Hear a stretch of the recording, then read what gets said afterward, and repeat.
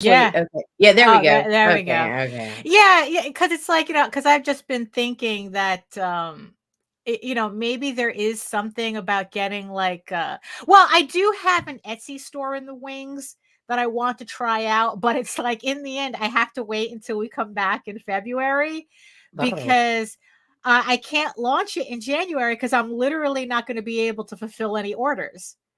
Oh, this You is know, true. This yeah, is true. so at least I wanna try out a different, like, kind of like storefront. It's like, yeah, it's like the Etsy takes a bigger chunk or whatnot, but, I don't know, it's like just to try something different. I mean, my Square store, like I said, if I get 1 order a year on that store, I'm lucky. So it's like, "Oh, you know what? You get orders on your I online yeah, store? I know, really." Holy fuck, you're doing better than half of us. But I figured it's like, well, if I try something else, I'm not really losing anything. So might as well experiment a little bit. But yeah, but I'm gonna have to wait You're gonna make like we get weird back. custom shit, like besides stickers. No, We're not gonna be like seeing Ego Raven thongs and shit like that. no. Man, you're so boring, man. Good morning, everyone. Crocs. No, just the fucking charms, Daphne. Good morning, everyone. It is December 29th, 2023, and this is the Raging to the Vlogs. Oh, Yeah. Oh, I've seen people do croc charms. that's what I'm saying. You can And it's like, no. But guess what? Nobody that follows you wears Crocs. Crocs. Yeah, I know. I think we're classier than that. Oh my goodness. You ready? Absolutely not, but hit it. All right.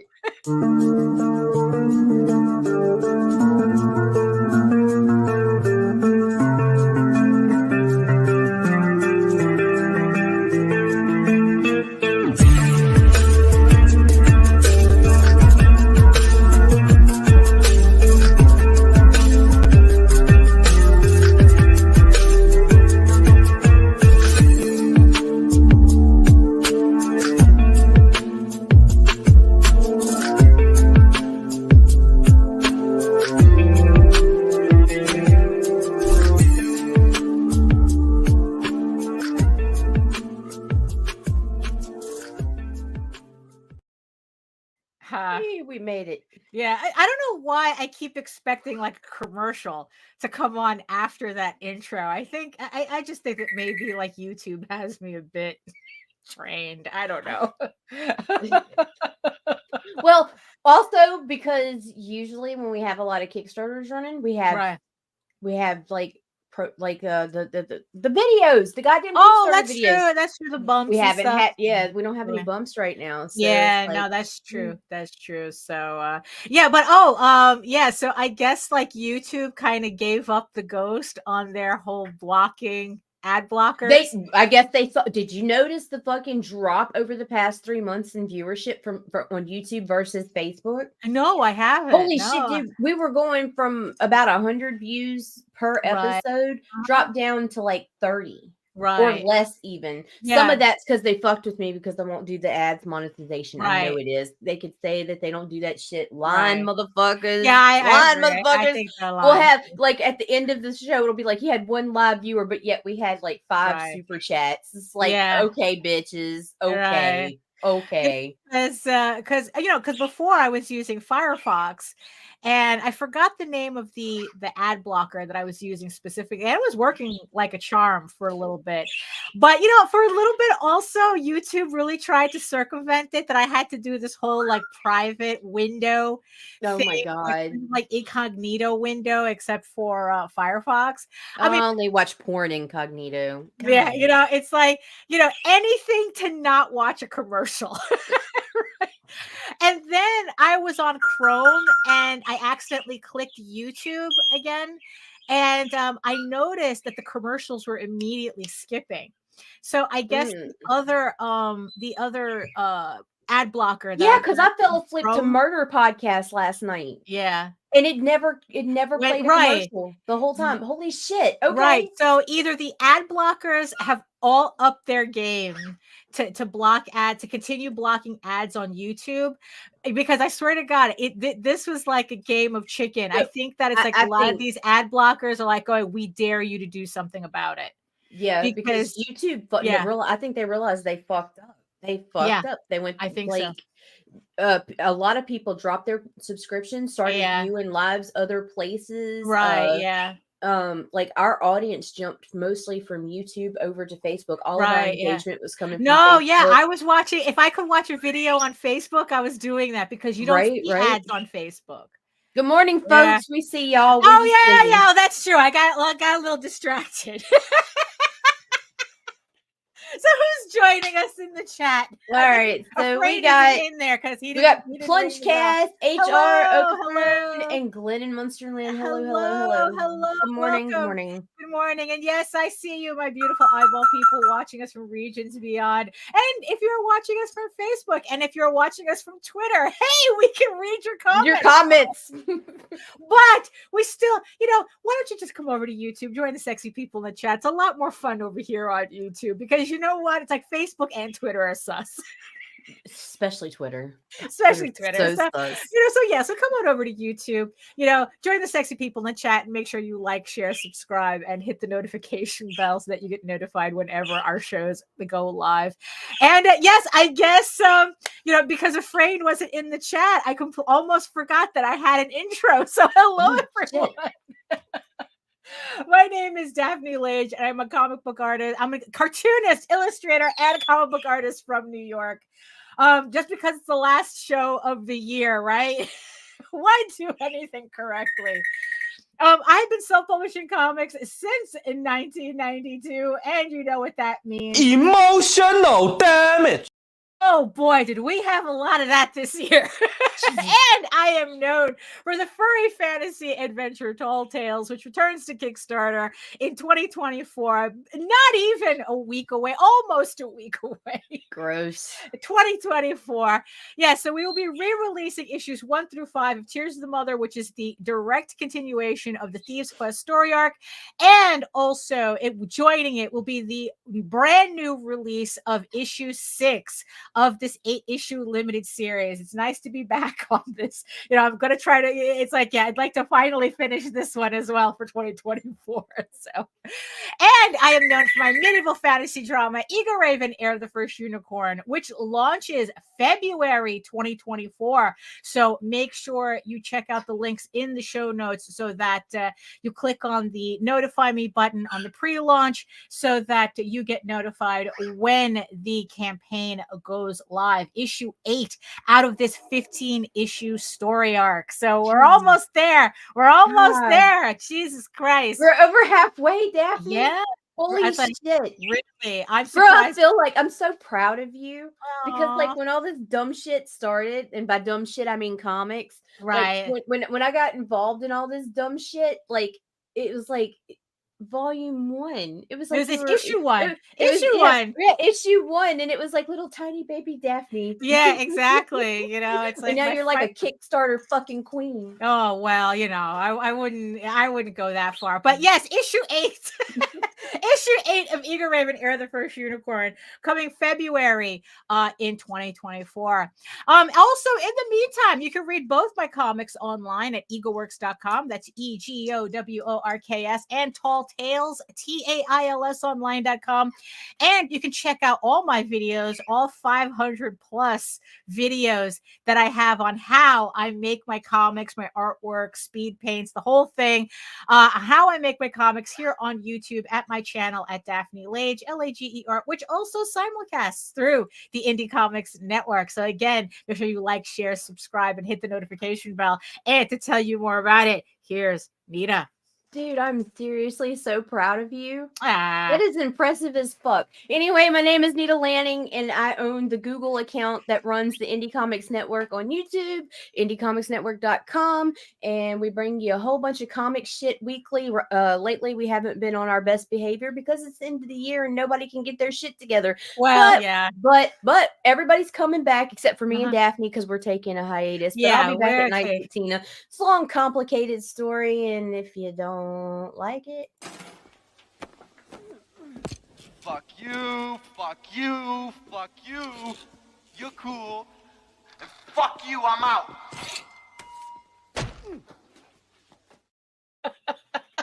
Boom. This is what happens when her kids find the clips. That one was me. Oh, really? That one was me. Yeah. My kid. Okay, we're never gonna have it. We can't set ourselves up today for this one. My kid found this one. Rule 34 of the internet states, if something exists, there's a porn version of it. Just for us. Yes. I miss House of Bob. But yeah. Remember, people, Google Rule 34 at your own risk. Good morning, Grant. We see you. Good morning. Yes. So yeah. So wow. So yeah. So what's really funny is that because you had posted, I guess like a little memory the other day of your first little baby Nita video on YouTube. Terrible. And the ironic thing about it is like, wasn't it on that video where you first talk about Eagle Raven issue 1? Yep. So the very first promotional campaign I ever ran was or played with was Ego Raven. That was the very first book I ever promoted. The very first year. I mean, it all comes together. I mean, it really does. It's crazy, and here we are now. Like, damn, dude. Yeah, exactly. Now it's like we're talking about issue 8, and I've already sketched out the layouts to issue 10, and I have the rest of my scripts broken down to issue 15. It wouldn't have mattered. You could have joined in whenever. It would have been strange. Sorry, well, that's true. That what happened? Oh, I missed it.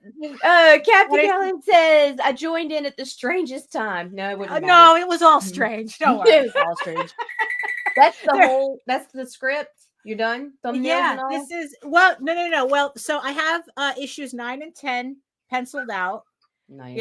Digitally penciled, by the way, because I mean, Clip Studio Paint really is a game changer for me.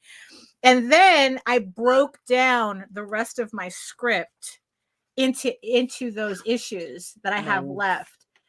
And I don't know, seeing it like this is just like, wow, I really am almost there. It's like, look, I mean, if you think about it, I've been working on this story on and off since like 2000. I mean, it's like in earnest. It's like that's when the story really started coming together.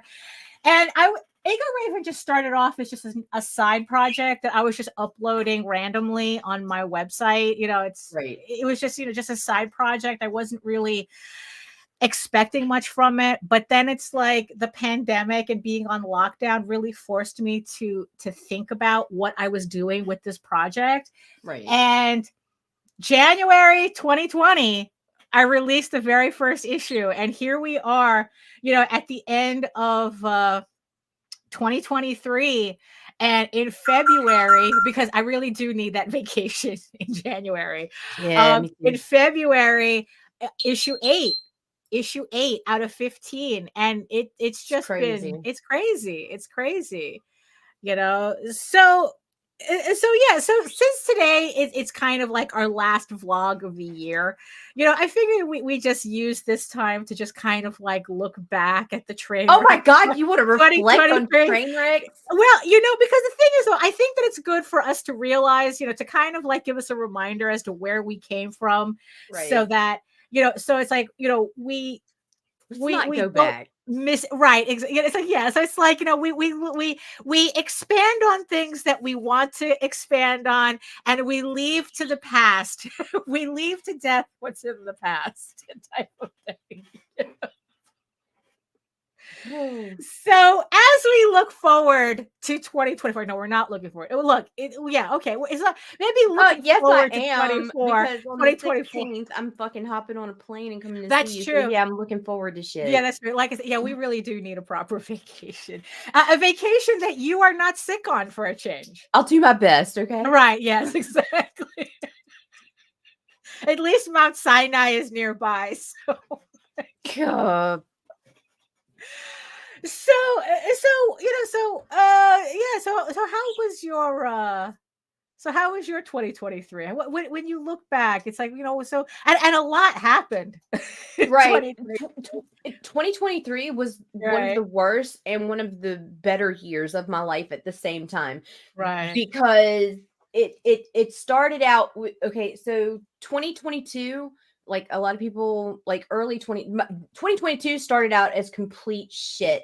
I Right. lost my best friend fucking within the beginning of the year, within the first month. Like the trying to scramble to get the network together and running and what to call it and how to brand it and how to change everything up. Like, I mean, like it was crazy. And I don't want to say I did it alone because Daphne Right.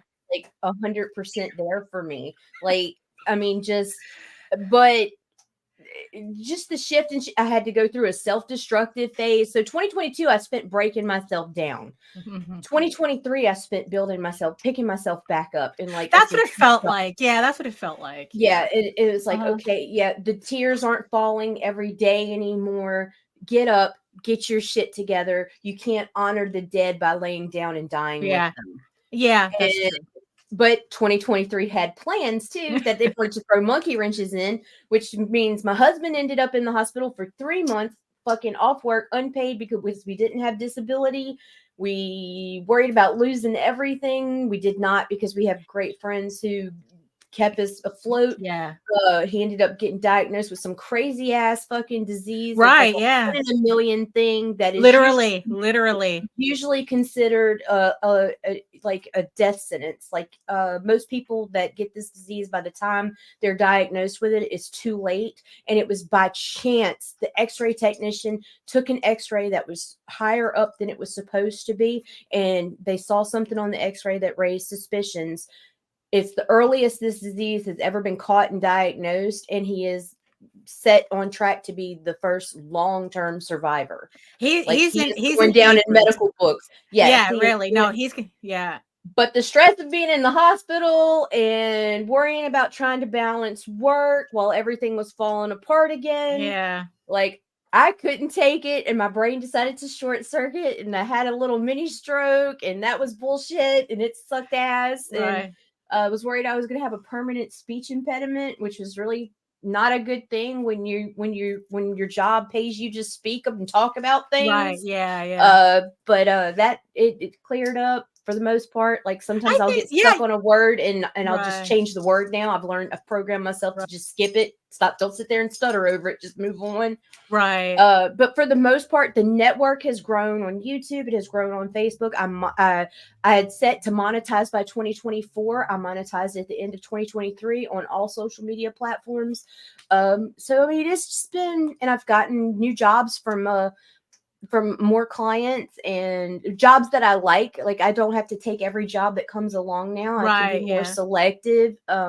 It's just so 2023 was a shitstorm, but there were beautiful rainbows within this shitstorm. Well, yeah, I mean, it's like, what is it? It's like you have to go through the dark to appreciate the light type of thing. Right. You know, as cliche as that sounds, it is. But it's true. It's true. It's very true. Yeah. People only, I mean, of course, they only want the good things to happen, but it's like, how do you really know they're good if you don't have that basis of comparison, Right. And that's why you end up with people bugging out. Right. It's like, I mean, it's like, no, luckily, from what I can remember of this past year, you have to block some of that shit out. I mean, it's like, but pretty much it's like, the year has been, I mean, it's been busy. It's been really busy. It was a very busy year. There were 300 plus Kickstarters running at one point at the same time. That's true. Yeah. And it's like, and it's very easy to kind of get lost as to what, like, because it always feels like I never do them enough, right? But it's like, look, at least, it's like, look, yeah, definitely. It always feels like I never do enough. But which is why sometimes I have to look back again. What did I actually accomplish this year? But you were nonstop. You just don't realize it. That's it's like I remember year. Yes, exactly. It's like I remember burning out. Yes, you did. Yeah, I remember burning out. So at least that was a sign that I was doing, a lot of work. But so I just decided to kind of lay it out, to kind of give me an actual physical thing to look at. So it's like, oh wow, I really did kind of accomplish a lot. So so we started the year off with the trade paperback to Tall Tales to Peacekeepers. So January 2023. We did technically this was a re-release. We did release a collected version before, but this is kind of a remastered version. I redid the cover. I wanted it to match the new version of Thieves Quest that we were doing, because I wanted all the books to kind of line up. So we did a remastered version of it. I re-inked and recolored the cover. That was the thing that I really learned this year, that a lot of my older work is really not that bad. It is not. Yeah, this cover, the test of time. Yeah, this cover, I think I originally did in 2007, and I was looking at it going, I don't need to draw a new cover. I could just kind of beef up the inking a bit, fix the background, put in a proper background, and just re-release the book with technically a brand new cover, but it's still the old cover. So this is a collection of the Peacekeepers miniseries that we did years ago. In 2007. So it was just kind of nice to finally have it in a proper trade paperback. And it also holds the distinction of being the highest funding Tall Tales book that we released. So I was really chuffed at that as well. For the year. I had to be dramatic. It brought you here, didn't it? What? Exactly. Because we are taking the entirety of January off, and we will be back in February. Coincidentally, I think that first show we're going to be back on February is going to be the launch party for Eager Raven issue 8. So it all comes together, right? So speaking of Eager Raven, the next book that I released on Kickstarter was Eager Raven issue 6. And this was also a personal milestone, because this was the first brand new issue that I've done for the series. Up until issue 5, I've had those books laid out for literally a decade. That's how kind of on and off I was working on the book, because it was just I didn't know what to do with it, but I finally got to a point where this was the first brand new book. So it was just really nice to finally get this drawn out and released. And also, but the thing is, though, not everything is wine and roses, because this was also the issue where I began to see the Kickstarter backslide. And I know that a lot of people are really freaking out about that right now. And it's was I down, little britches? It's was I a little worried about it? It's yeah, like anybody else. It's you think you're doing, you're having a growth period, and then all of a sudden you're backsliding, right? But a couple of things was also popping up. That's what, maybe it's not really that bad. One, it's I pretty much figured that everyone's waiting for the trade paperback. Right. So that was one thing. So this was issue 6. Volume 1 collects issues 1 through 4. So probably people are figuring it's 2 more issues and I could just get the trade paperback and call it a day. So that was something that I had to keep in mind. Also, another thing too is that my backer count was kind of staying around the same, even though the money was kind of going down. My backer count was kind of, I think it was really consistent. I mean, it's you stayed, you plateaued. I plateaued with my backer count. But what I was seeing is that people were buying more PDFs. Right. I began to see a growth in PDF sales on my campaigns rather than physical sales. Because we broke. Right, exactly. But, the thing is though, it's like as long as you're buying something and you're reading it, in the end, that's the point of why I do this. So whether you buy a physical copy or a PDF, as long as you're reading it, that's really what I want you to do. Right, right. you know? Um, so in the end, it's like it's just something to keep in mind. I had to start keeping in mind, right? So the next book, the next book that I released was Tall Tales, or So I Thought. So this is a one shot that we originally did. Again, this one was released originally in 2007, and even back then it was originally supposed to be in full color, but I don't know why we thought we could do it in full color back then, because the print on demand technology wasn't really there. But this time around, we decided to go ahead and re-release this in full color. And what that allowed me to do is it allowed me to re-letter it. I did re-letter it, did all the coloring, and yeah, and again, it's like I found that the cover really, really still worked. Right. All I had to do was just beef up the inking, tweak it a bit, recolor it, and this is the line art. This is pretty much the artwork from 2007, and it's just like once it was done, it's like, oh, you'd never know, you think I drew it yesterday. So I was really happy with that. Now again, it's like, in the backsliding department, this turned out to be I guess the slowest of the Tall Tales books. It did okay on Kickstarter. I guess it's safe for me to say that this was our worst performing Tall Tales book. But again, we've had this book out since 2007. We've been selling this book since 2007, and we've also had released this on Kickstarter previously, albeit in black and white. So I guess that there just comes a point where people say, like, you know what, I have enough versions of this. I guess a lot of people skipped out on it. Although I did notice an uptick on following campaigns of people picking this up. Right. So it's just like, again, PDFs did well. So in the end, it wasn't really that much of something for me to anguish over. I mean, yeah, it does get frustrating. Yeah, I did. It does get frustrating, to see, your numbers kind of go down, because you can't help but take it personally, right?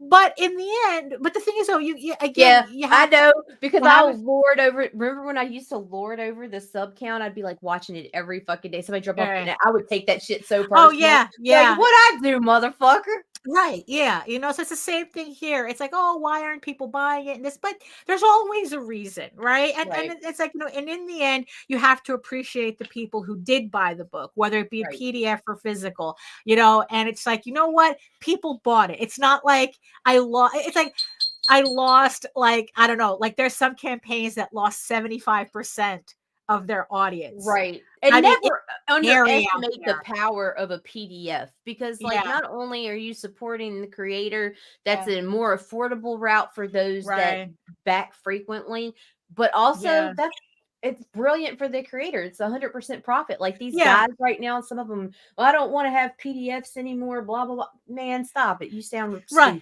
Yeah, exactly. It's like, look, PDF is just another product. And it's like, look, you know what? In the end, especially if anything, this campaign proved to me is how some printers it is expensive to print books, even on print on demand. Yes. And it's like, you know what? I would have much preferred to have sent out PDFs than get these physical copies printed sometimes, because the cost of printing kind of went like this. Yeah, and then during and 2020, you don't have actually the cost more of like printing, this. You don't have the cost of shipping. Right. So I just can't get over some of these dudes. Yeah, I know. It's like, because they think, because what it is like they think that, if the PDFs weren't there, people would buy the physical copies, and it's like, no, that's not how that works. They won't. The conversion will be minuscule. Yeah, exactly.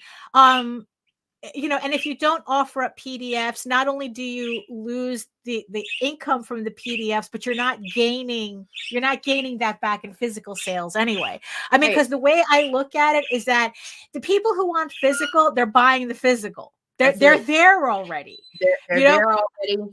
The few that you could force convert are going to be. They're not. You can't force conversion. That's the thing. You also, if you're multiple issues in, you're running a risk of fucking excluding potential new backers that would return because they wanted a sample of your shit before they invested more money in you. Right. Exactly. Especially because also you need PDFs. Yeah, and yes, PlungeCast, absolutely. Yes. Because it's like that was also the thing that we were seeing this year. One of the trends is people being a lot, I don't know, picky and fussy are not two words that I really mean for it. Whiny bitches is what PlungeCast says, says people still get to read it and may like it and come back to the physical. It's all about cost. Absolutely. If someone is buying a PDF, it's because they don't want to buy the physical. It's already there. It's like they're already telling you they don't want to buy a physical copy for whatever reason. They'd rather have the PDF. And you have to respect that. Right. Like I said, I would rather they buy a PDF and me not have to send out anything except an email link and have them read the book than have them not buy a copy at all. Because I don't know, I'm being too precious with it. It's how do they think that it's going to put? Because so let's be real here. Yeah. The real number that matters on Kickstarter is the number that seems to be overlooked the most, and that is your fucking backer count. If you're not growing your fan base, if you're only growing your fucking by fiscal fucking amount or whatever, that is not your focus. And with the PDFs, you can make a shit less and actually profit more. But these guys are so worried about being the guy. Oh, I hit 5 figures. Yeah. Nobody fucking cares. Because congratulations, whatever. But you want to impress me? Hit those triple fucking backer digits. Because it's grow. Yeah, because it's like, look, we've seen it. It's very easy to job the amount of money you make on a Kickstarter. It's a great. Technically speaking, I think you make more profit via digital copies. Of course. I like my physical, but digital is profitable. Right. Yeah. You cut that out, your number's going to drop there too. So that big number you're worried about pushing people over to go into your physical tiers. If you drop the PDF and those people back out versus converting, which most of them will, you're also going to see a drop in your financial amount, and it's going to be significant. Yeah. Because that $8 a book adds up quick. Yeah, absolutely. And I think that also, a lot of people, it's like, it's very easy to, absolutely. Shipping is ridiculous. Let them have their PDFs. Yeah, let them have their PDFs. But I think also what happens is that a lot of people get too caught up in, I guess, like the competition of being on Kickstarter. I gotta keep up with the Joneses. Something like that. Like, it's like, look, I'm the last thing, I mean, honestly, it's like the last thing that I ever think about is what Brian Pulido is doing. It's like Brian Pulido is not my competition, and I am certainly not his. The people that compare themselves to him are hilarious. Yeah. In the next image comics too. And it's like one has nothing to do with the other. Word. And I think that what happens, it creates this weird competition where a lot of creators makes that funding number their personality. Right. Like, it doesn't matter what they put out. Oh, well, I made X amount of money on Kickstarter. Yeah, but your book sucks, so who cares? Oh, maybe I shouldn't have said that. Even the birds are like, it's like, but they do. They get in this competition about it becomes like the whole I have the money. Who has the bigger dick? Right. And these guys are slapping them out on the table, and it's like, and it's like, bro, it's like, look, we recently saw a campaign that was like jobbing the final number so much it was embarrassing to watch. I mean, it was so manufactured. It's like it just made me believe that's like, you know what, the entire campaign is fake. The book is Right. real, but the campaign is fake.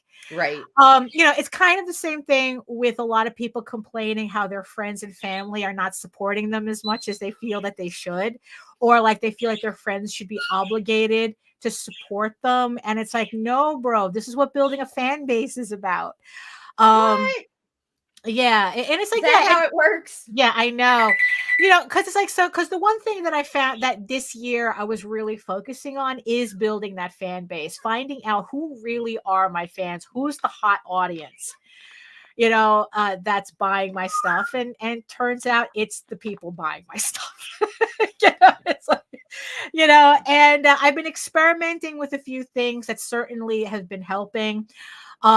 I just, for those of you who don't know, I just recently put up a link to my Substack page. I'm going to start, one of the things that I want to try for 2024 is posting at least every month on there, something a little bit more in detail than buy my shit. You know, it's like something a little bit more conversational, a little bit more over the shoulder. I actually want to use my Substack to show off more of my writing, my prose writing.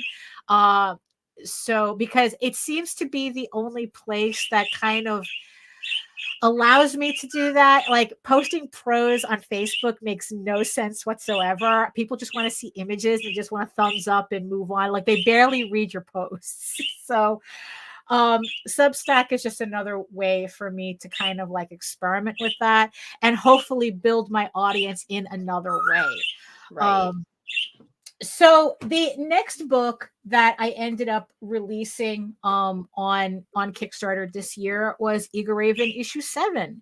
And again, this was just this, you know, it's like it was exciting for me to put this out because again, it was just like now I was like really getting into new territory. That they are not your friends. Grant Lankard, he says, I've had friends who made me feel obligated to support them, and it's not a great feeling. And it's like, no, you shouldn't. It's not your job to support them. No, especially in this fucking industry where the majority of the people we know and engage with on a regular basis are other creators. Yeah. If everybody backed everybody's fucking campaign, we'd all be broken. No books would be getting made. Right. So yeah. Shut the fuck up. Build your fan base. Yeah. Thank the friends that supported you in the beginning and move the fuck forward. Yeah. I mean, it's like, look, your friends are there to give you that initial push, but not to be the foundation of your fan base.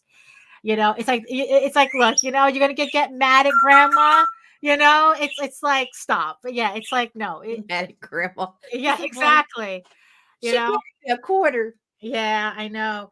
So yeah, also this was the issue where I knew I was heading into I don't know, new territory because this was the issue that pissed Nita off.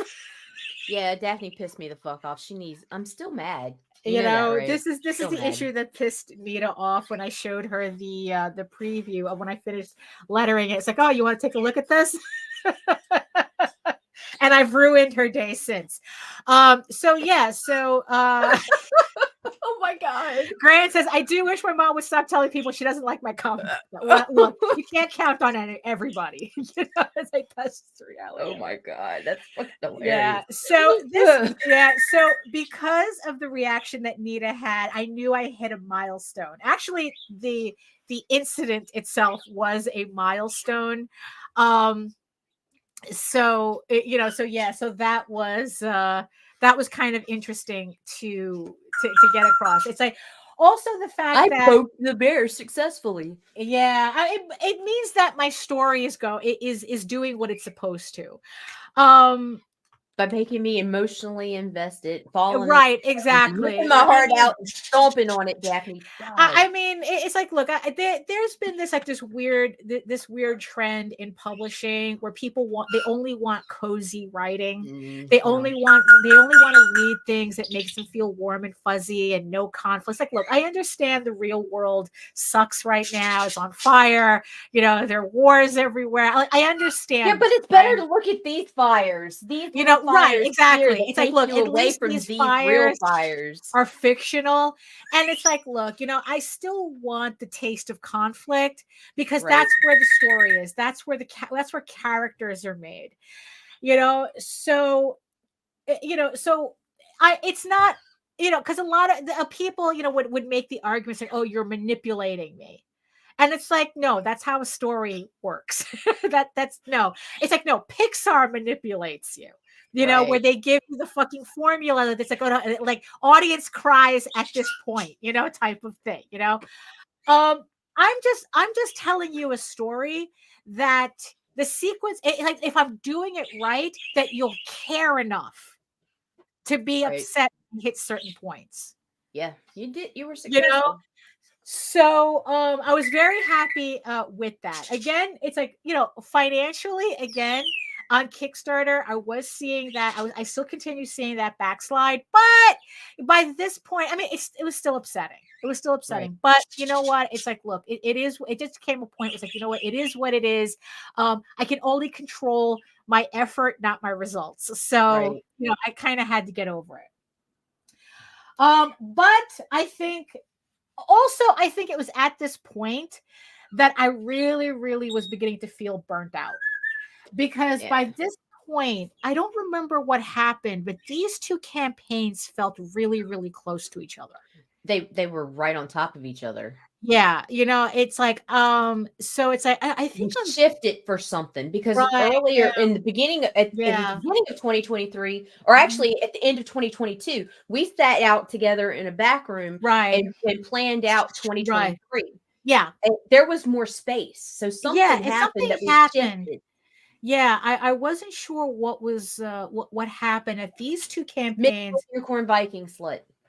Well, right. Well, you see that this was before. Squeeze that in. Well, it's like, because originally we had two more campaigns after that. So Medieval Unicorn Viking Slut, what I think was the most interesting experiment of the year.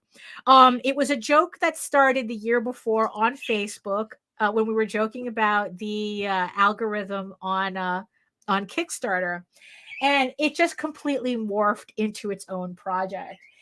And so, yeah, we had more space in the year, but it's like, you know what, Nita, it's like, I'm doing this project and I need to hit when the fire's hot. It's like the joke is not going to make any sense if I wait for it next year. I have to do it now when everyone still has the joke in their head.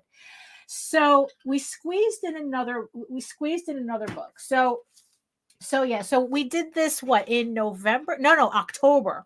So October, I finally released Medieval Unicorn Viking Slut, which is a parody book that pretty much officially introduces Loki into the Eagle Raven canon.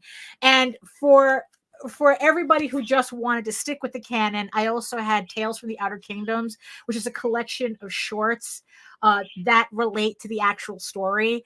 So this is kind of like the special, the adults only special. And this is like for everybody else who's not into this type of thing. I tried to give everybody something on this campaign instead of just focusing on the adult stuff. And also, that's also another reason why I did this campaign, was because I wanted to experiment with everything that we've talked about, in the previous year. The thing about, adult books do better on Kickstarter, variant covers do better on Kickstarter, yada yada, whatever, right? So I just threw everything at this campaign. And so then it's like, so we have the one shot, which it is a one shot that has a kind of a mature scene in it. And then if you really wanted to get to the nitty gritty, I made a supplement, which is which I cannot open at all. What happened? Because then I could have worked it in. We could have Rule 34 of the internet states, if something exists, there's a porn version of it.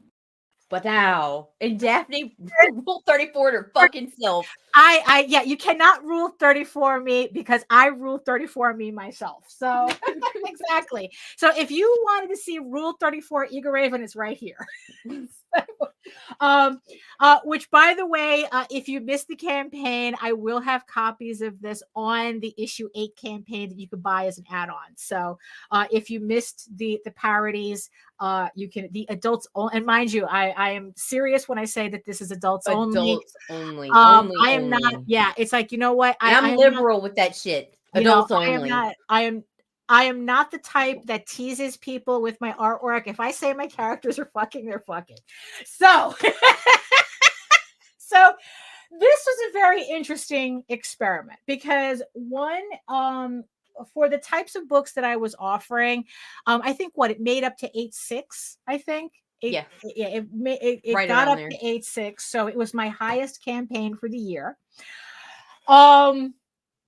And and although I didn't reach my goal of hitting 10K, which that was my goal for this, I wanted to see if I could make a 10K campaign. Right. I fell short, whatever. Was I disappointed? Yes. But what I learned from this campaign is that people really like collecting my stuff. That, and you also need to take in consideration you only made $8,000 fucking plus dollars. Yeah. During a mad rush, like the largest amount of Kickstarter campaigns we've seen since about 12 weeks after COVID. Right. Yeah. So it's like 300 plus fucking active campaigns, all live at the same time. Right. So you had to now to stand out through the that's noise. for sure. And then not only that, it was the most backers I ever got on a campaign ever. 233 backers on my campaign. So I didn't make it to 10,000, but that backer count was pretty nice. It's like how many people, and my hope is that a lot of those people stay for the next campaign. Because it's like what I noticed is that I was afraid that everyone was just going to buy this and call it a day. Right. And they did not.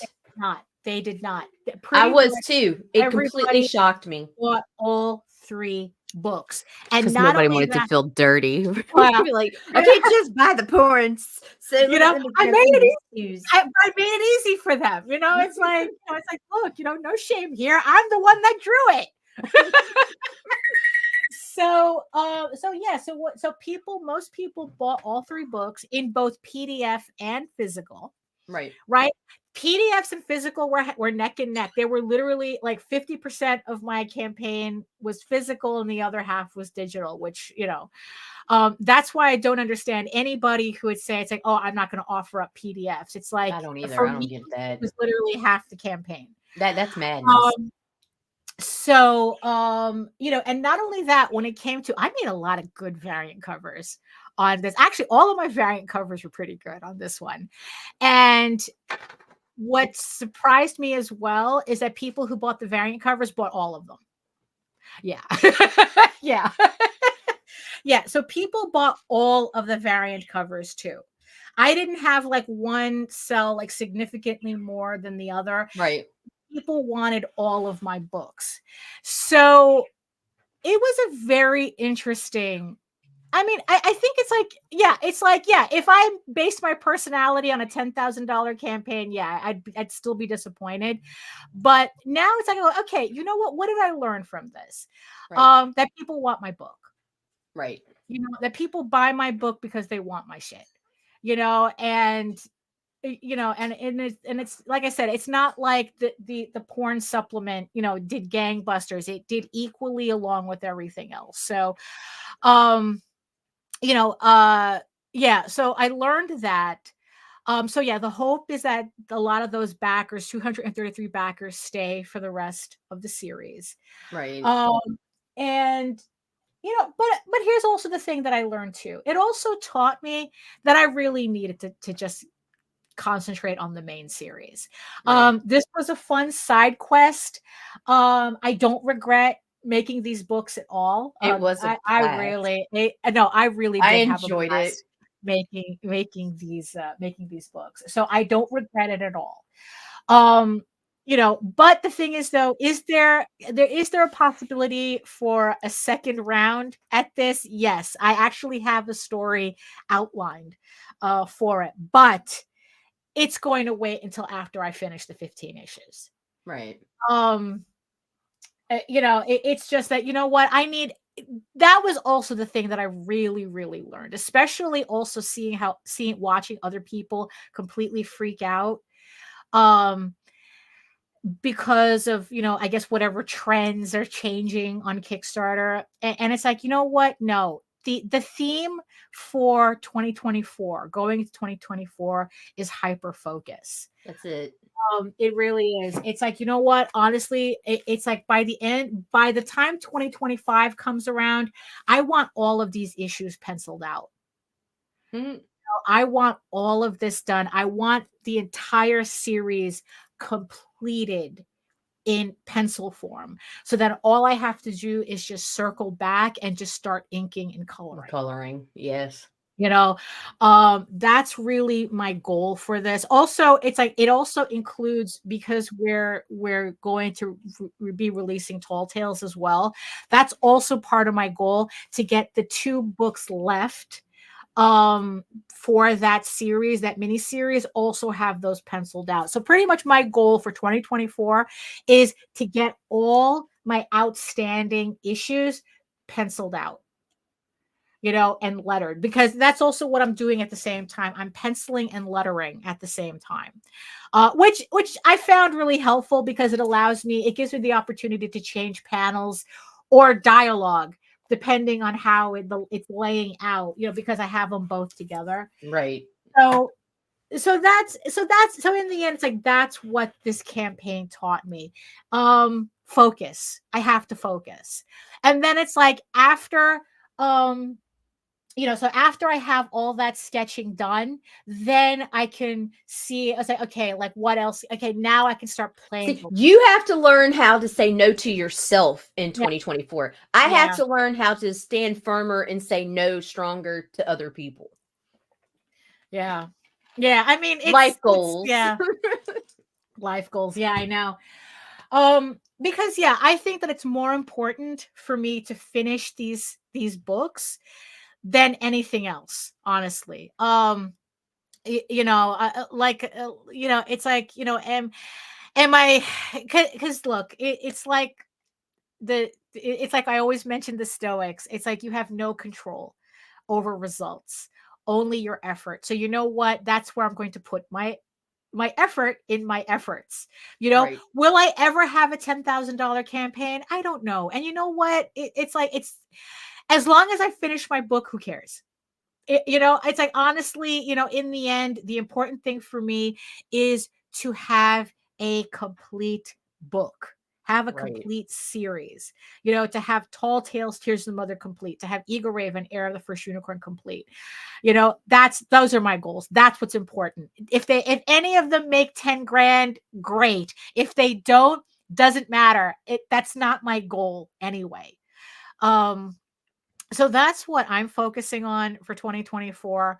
Also, the other thing too is that what I'm also focusing on in 2024 too is definitely a lot more writing in terms of novels. I've been doing that a lot this year, but the closer I get to finishing everything, the more I want to do more prose work as well, especially since I'm doing a novelization of Heir of the First Unicorn comic book series.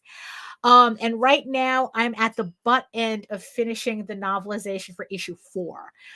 And and I'm just having a lot of fun with it, because it really does allow me to expand on scenes that are in the comic and add in new scenes that I could never put in the comic. They don't make sense as vignettes, and they don't make sense in the comic, but in a novel, it just really adds to the world, and adds to the characters.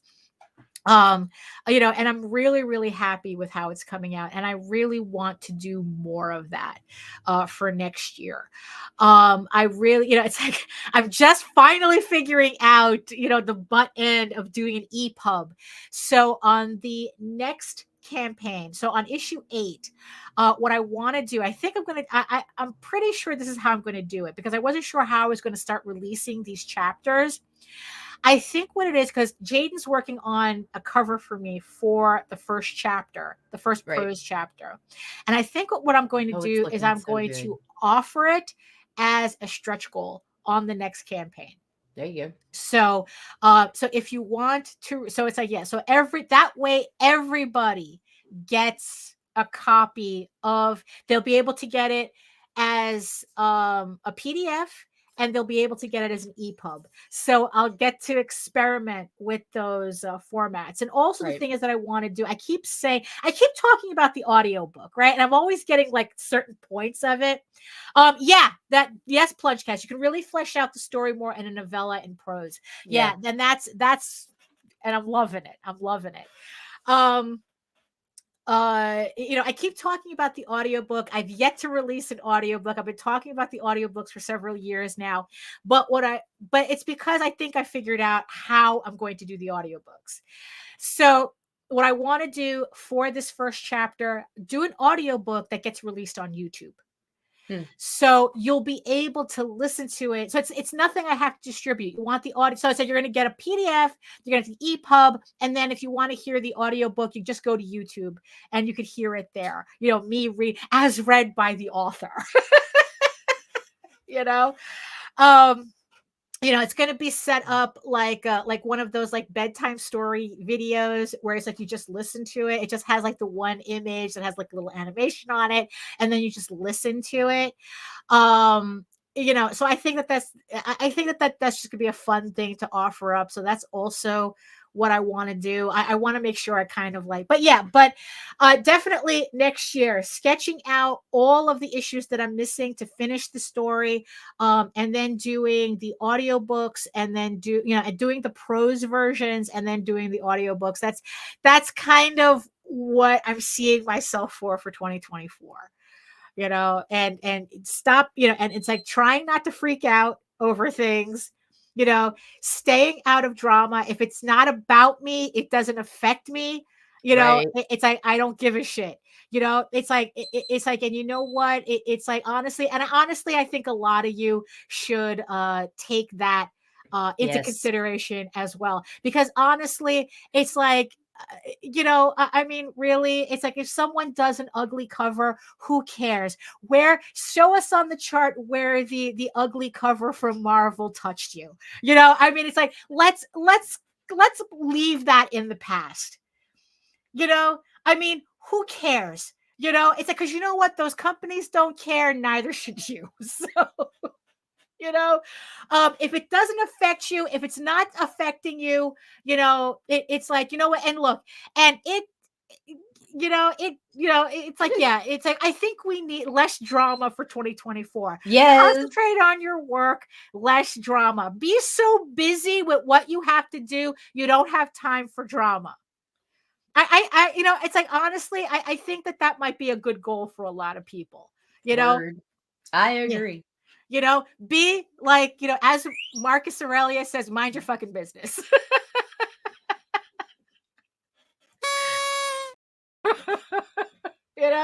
Do your work. Do your comic, finish your comics.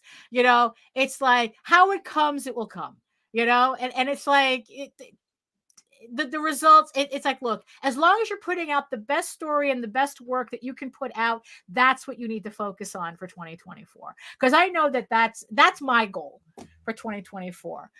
Less burnout, more work, but less burnout. How about you, Nita? What's kind of the one thing you're going into 2024? Increasing my promotion with less work. And I know it sounds crazy, but I've learned a lot of shortcuts and to increase the amount of platforms I'm on.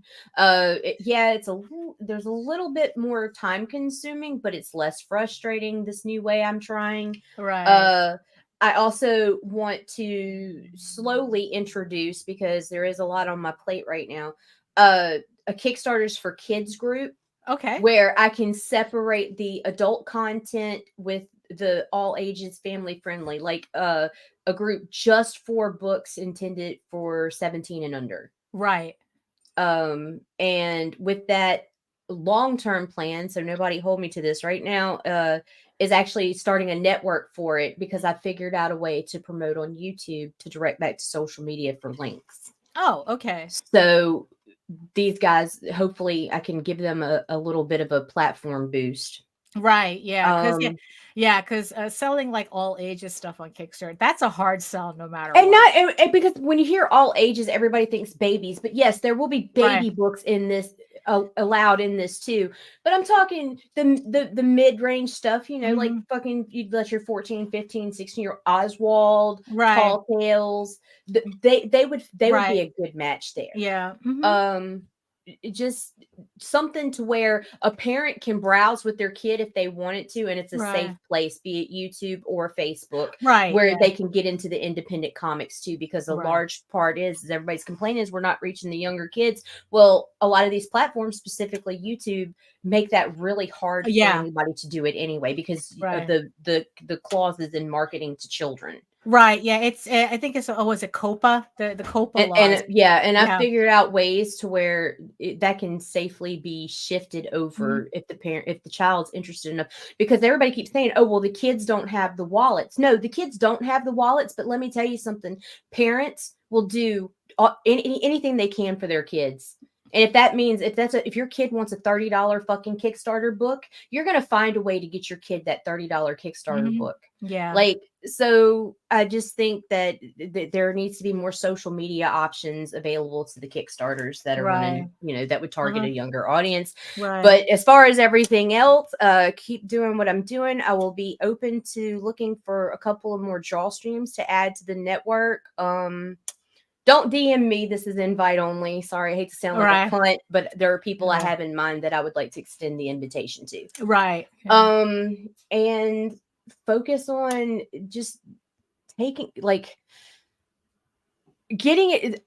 taking Wednesdays and Sundays off, because I always say I'm going to take off Wednesdays and Sundays. And just that is I do technically I'm off. I don't go and do the mass promotion or whatever, but I've still found myself working. I need to get it to where any side jobs like edits and business, all the business stuff is settled, and I just don't touch anything. Wednesdays and Sundays is self-care and kids and whatever. Right. Yeah. So that's about it. Yeah. Because that's because it's like when I burn out, I just burn out. It's like when you burn out, you have a stroke. So we want to avoid that. Yes. We don't want to do that. I don't plan on stroking out this year. Yeah, no, that's good. Yeah, so no strokes in 2024. Yeah. Oh my goodness. So that's pretty much it. For those of you who are just watching us right now, who are just catching it right now, this is our last vlog of the year. We will return in February because we're taking the entirety of January off, which also means that I am also not doing any live streams in January as well. But everybody else on the network will be returning to their normal schedule at the beginning of January. Yeah, it's just that everybody else comes back and Daphne and I are leaving. Right, exactly. And I personally won't be doing a live stream for January. So when we return in February, we will also return with the episode where we were launching Eagle Raven issue 8. So that's pretty exciting. Yeah. So yes, Eagle Raven issue 8. So the link is in the show notes below. So make sure you hit the notify me button so you get notified when the campaign goes live. So any final thoughts, Nita? I'm good. Yeah, no, you know what? Me too. I'm really looking forward to this vacation, to tell you the truth. I think I think it's a good way for us to kind of clear our heads and just kind of because the streams I plan on doing while you're away are just bullshit. I swear, Tina and I got some stupid shit planned. We got the extra spicy noodles. We bought the 1-up salad challenge. We bought the death nut challenge. Yeah, we're just gonna get online and kill ourselves, basically. Okay, and then, hopefully not so much that I'll still see you in Miami. So yeah, I'll be there. Yeah. I'll be there. I'm not gonna miss that walk on the beach, holding your hand, drinking coladas. walking It's gonna past be so walking past the romantic. rubble of the what's left of the Champlain Towers, which for all of you who don't know, that's the That's the one that collapsed. that's the one that collapses. Actually, I think like around like 10 blocks near where we're gonna be. So Hey, Bess. Avis, you know, Miami landmarks. Right. We're gonna be eating food and watching movies. Yeah, pretty much. And you're gonna read to me. Yes, we're gonna edit some books while we're there. So should be fun. God damn it! I thought it was a vacation. Yeah, I know, right? Tricked So me. I'm always working. So thank you so much, everybody, for joining us today. If you want to know more about me and my artwork and my and everything else, that's all my campaigns and stuff that's coming up, you can head on over to my main portfolio site at egoworks.com, EGOWORKS, where you can find links to all of my galleries and social media sites, but I mostly post to Facebook. If you are interested in seeing sketches and current work in progress updates. And you can also find me on YouTube at my channel, Daphne Lage Art, where I usually hold my semi-weekly live streams. But like I said, I'm going to be taking the rest of this month in January. Well, there's nothing really much for December, so definitely I'm taking January off. So I will be back in February as well with my semi-weekly art live streams Wednesdays at 4 p.m. Eastern. And remember, you can read Ego Raven, Heir of the First Unicorn, for free, uploading every day, Monday through Friday. Catch up with the story before the issue 8 campaign goes live in February. But if you prefer your fantasy to be more of a furry Lord of the Rings adventure, you can follow the link over to Tall Tales, TAILS online.com. And not only can you read the first 20 issues of Tall Tales for free, but you can catch up on the latest story arc, Tears of the Mother, which is also currently uploading Monday through Friday as well. And again, will return to Kickstarter at a yet to be determined date in 2024 with the re-release of issues 1 through 5 and the brand new issue 6. So thank you again, everybody, for joining us. Thank you for all your support that you've shown us in 2023. We hope to see more of that in 2024, where not only do you support us, but we also return the favor with our brand of nonsense that you all seem to enjoy so much. So thank you so much for that. And so that's it for us. And in the words of the ancients, eat your food, moisturize, mind your business, and do the work. Because when you actually do the work, you never have to fake any of your accomplishments. Oh, and by the way, thank you everybody in the chat for joining us. Thank you, my beautiful eyeball people, for joining us. Everybody have a safe and happy new year. And we'll see you next year. So thanks again, and bye. Later. Well, then get your shit together. Get it all together and put it in a backpack. All your shit, so it's together. And if you gotta take it somewhere, you know? Take it to the shit store and sell it. Or put it in a shit museum. I don't care what you do. You just gotta get it together. Get your shit together.